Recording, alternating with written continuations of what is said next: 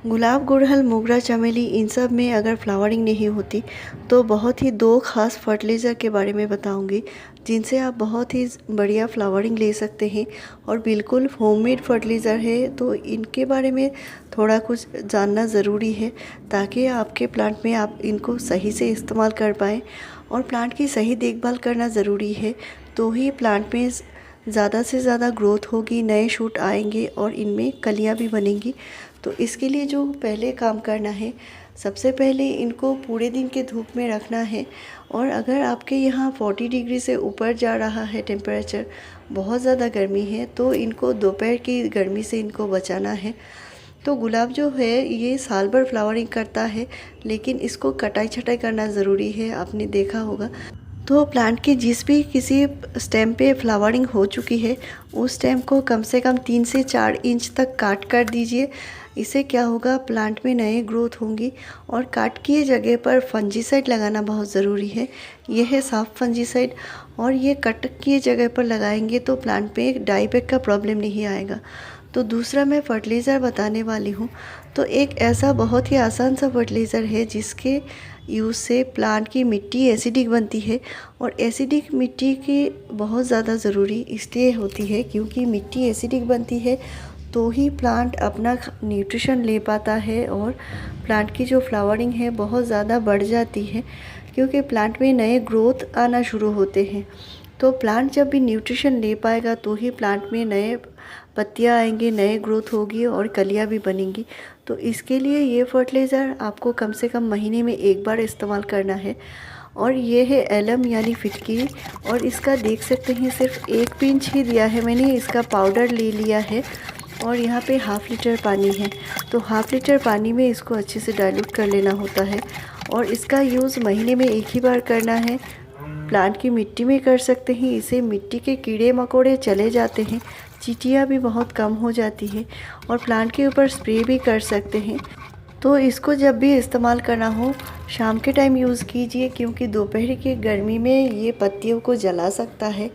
इसके लिए शाम को यूज़ करना ज़रूरी है। और इसका इस्तेमाल आप 100 ml से ज़्यादा नहीं करेंगे। 1 पिंच ½ लीटर पानी में इसको डाइल्यूट कर लिया है और इसके बाद इसका 100 ml इस्तेमाल कीजिए। तो ये मिट्टी को बहुत ज़्यादा एसिडिक बना देती है, और एसिडिक मिट्टी भी होना ज़रूरी इसलिए है ताकि प्लांट न्यूट्रिशन ले पाए और ज़्यादा से ज़्यादा ग्रोथ और फ्लावरिंग कर पाए। तो मैं अपने हिबिस्कस में देती हूँ, गुड़हल में देती हूँ, अपराजिता में देती हूँ, मोगरा में देती हूँ। दूसरा एक फर्टिलाइज़र जो बताऊँगी जो मिट्टी को एल्कलाइन बनाती है, और इसको देने का जो फ़ायदा होता है, ये प्लांट को पोटाशियम देता है, कैल्शियम देता है, फास्फोरस देता है और इतने सारे न्यूट्रिशन देता है ताकि प्लांट हेल्दी ग्रोथ कर पाए और प्लांट में ज़्यादा से ज़्यादा कलियाँ बने। तो इसको भी महीने में एक बार इस्तेमाल करना है। और ये है वुड ऐश यानी राख।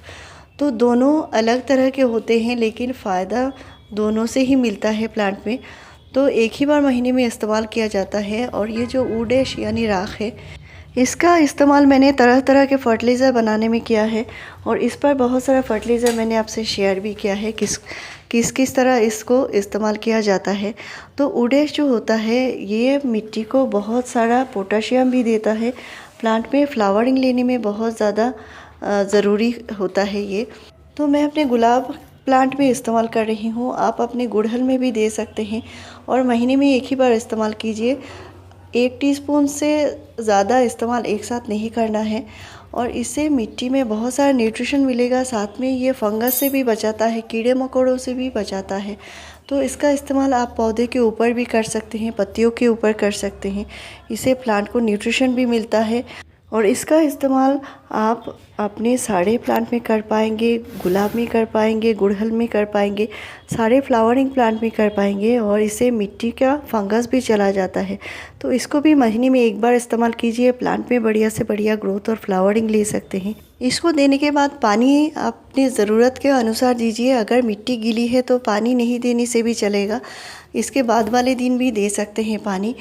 और ये दोनों फर्टिलाइज़र ही अपने प्लांट में महीने में एक बार इस्तेमाल कीजिए। साथ में जो लिक्विड फर्टिलाइज़र मैं आपसे शेयर करती रहती हूँ उनका इस्तेमाल भी बीच बीच में कीजिए, यानी 10 डेज़ के गैप में दे सकते हैं और इससे बढ़िया से बढ़िया फ्लावरिंग ले सकते हैं। तो मेरे चैनल पर आपको ऐसे ही बढ़िया से बढ़िया इन्फॉर्मेटिव वीडियोज़ मिल जाएंगी। होममेड फर्टिलाइज़र के ऊपर 200 से वीडियोज़ मैंने शेयर किया है, इससे आपको ज़रूर फ़ायदा मिलेगा। मेरे चैनल को ज़रूर सब्सक्राइब कीजिए, लाइक शेयर और कॉमेंट कीजिए। वीडियो पूरा देखने के लिए थैंक यू।